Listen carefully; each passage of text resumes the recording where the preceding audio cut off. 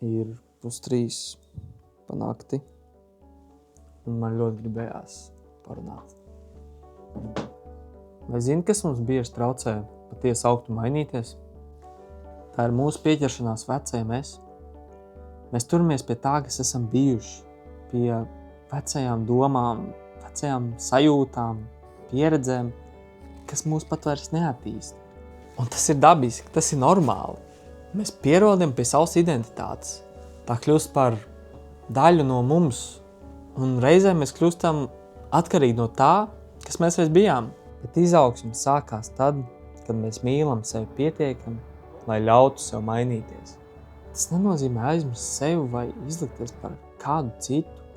Tas nozīmē pieņemt, ka mēs vēl esam procesā, ka dažas daļas no mums meklē pārmaiņas. Un tas ir labi.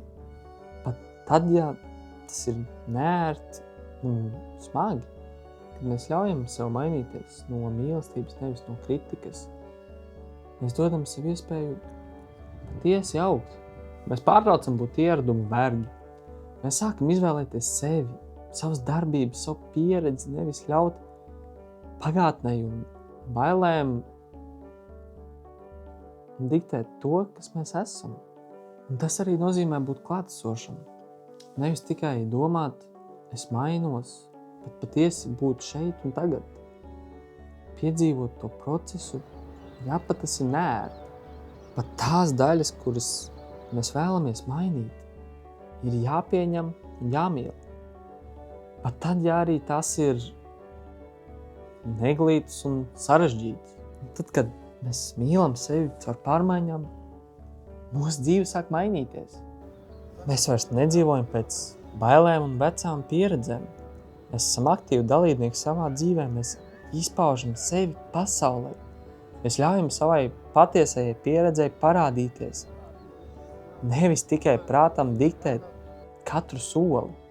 Galu galā tas ir tas, par ko patiesībā ir izaugsme. Mīlēt sevi pietiekami, lai palaistu un mainītos.